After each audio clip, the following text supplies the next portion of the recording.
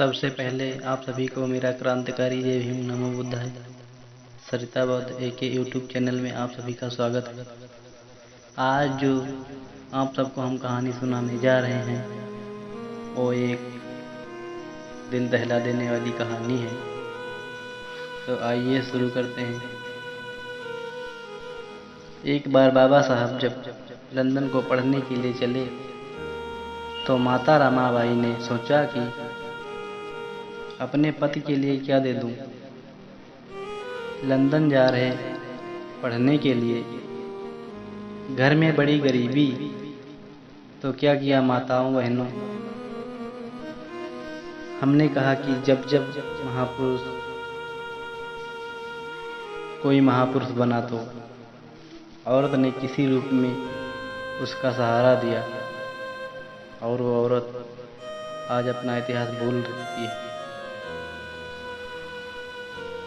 कि हमने क्या किया इस देश में किया। इसलिए आज मैं इस ज्ञान के मंच पर बैठा हूँ। तो बाबा साहब को आज माता रमाबाई ने पोटली में कुछ बांध करके दे दिया। पता है क्या, घर में जो शाम को रोटी बच जाती थी, खाने के बाद उस रोटी को सुखा लिया और उस रोटी को कूट कूट करके पीस लिया और उसमें मीठा मिलाकर उस सूखी रोटी के लड्डू बनाकर बाबा साहब को दे दिए और कहा, जाओ जब भूख लगे तो खा लेना। सूखी रोटी के लड्डू, सूखी रोटी लेकर के बाबा साहब पढ़ने गए लंदन। आज तुम्हारा बच्चा सुबह टिफिन में खाना लेकर जाता है। मुझे पता है आज हमारे समाज का बच्चा स्कूल में लंच के टिफिन में खाना लेकर जाता है।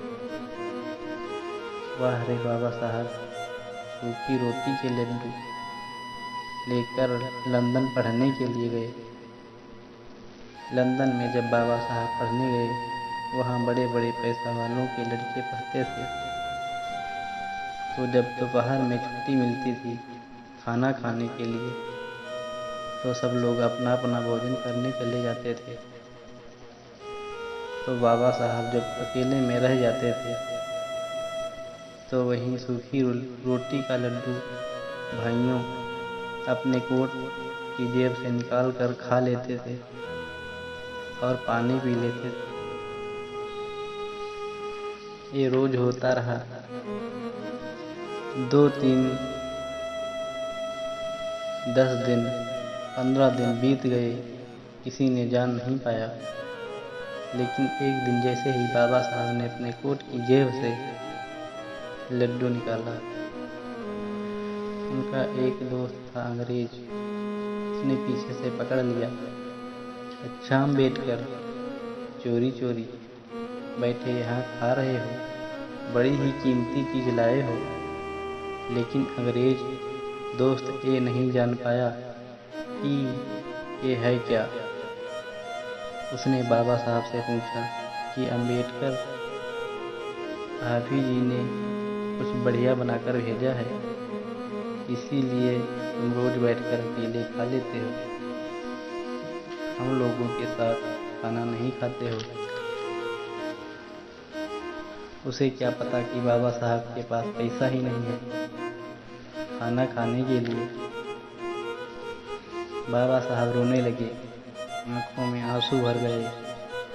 बाबा साहब समझ गए कि आज हमारी गरीबी का पर्दाफाश हो गया, क्योंकि हम तो अपनी गरीबी को छुपाए यहाँ बैठे थे। अंग्रेज ने पूछा, क्या खा रहे हो, अम्बेडकर दिखाओ और हमको भी खिलाओ। तो बाबा साहब पूछ रहे हैं, कैसे मैं दिखाऊं रोटी का लड्डू। वाह रे बाबा साहब, वाह रे जीवन संघर्ष। बाबा साहब उस रोटी के लड्डू को छीन रहे थे और उनका मित्र भी छीन रहा था।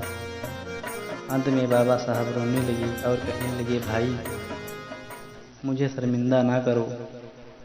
उस अंग्रेज दोस्त ने पूछा कि अम्बेडकर, इतना बता दूं कि तुम क्या खा रहे हो। तब बाबा साहब ने सोचा कि अब पाने से कोई फायदा नहीं है। मैंने सोचा था कि सूखी रोटी खाकर पढ़ लूँगा,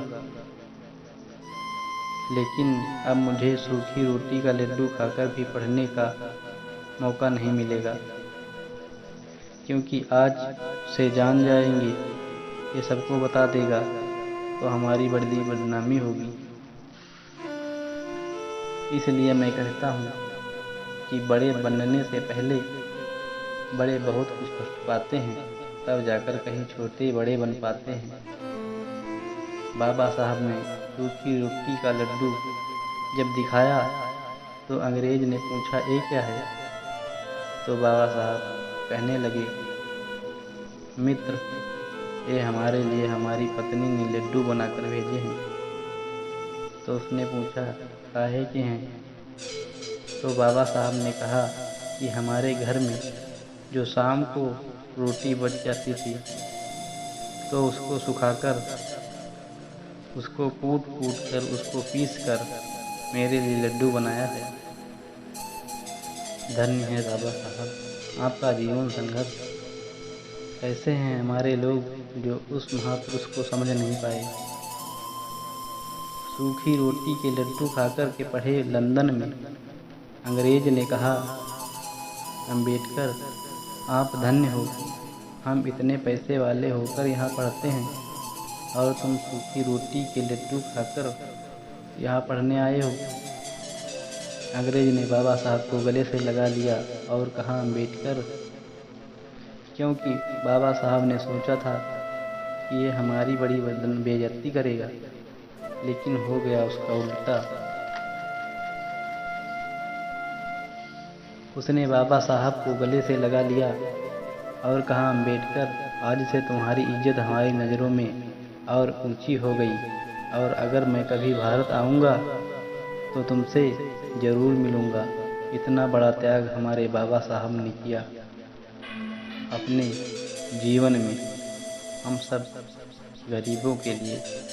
और वहीं बहुजन समाज के लोग आज बाबा साहब के जीवन संघर्ष को भूलकर दारू और गांजा में मस्त हैं। धन्यवाद भाइयों।